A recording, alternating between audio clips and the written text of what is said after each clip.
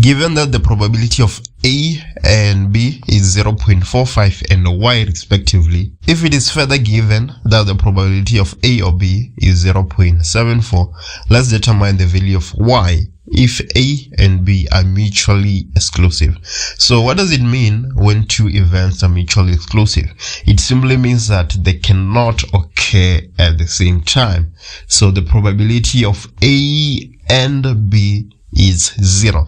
That leaves us with the probability of A or B being equals to the probability of A plus B. In our case, the probability of A or B is 0.74.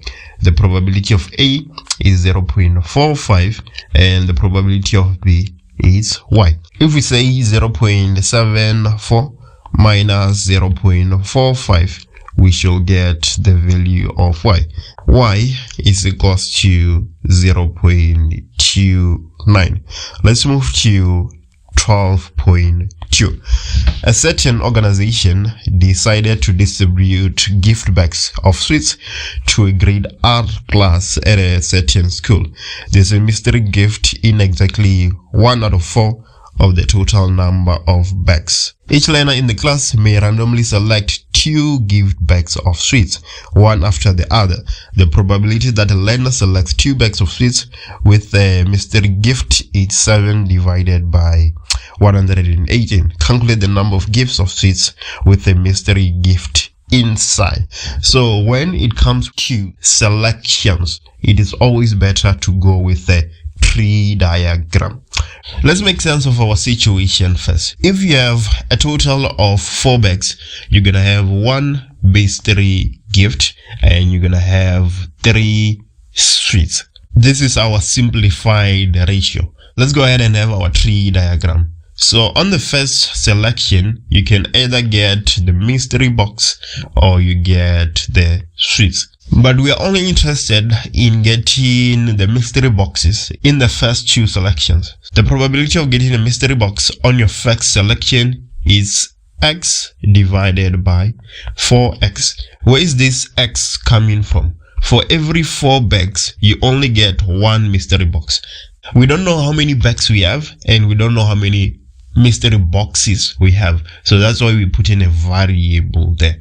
And then when you make your second selection, you choose a mystery box again. So what will be the probability of choosing a mystery box again? The sample space is no longer 4x now, it is 4x minus 1 because we have already picked 1 bag. So we no longer have 4x bags but 4x minus 1.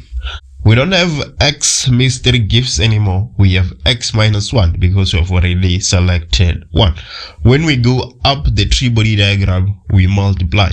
And when we go down, we add.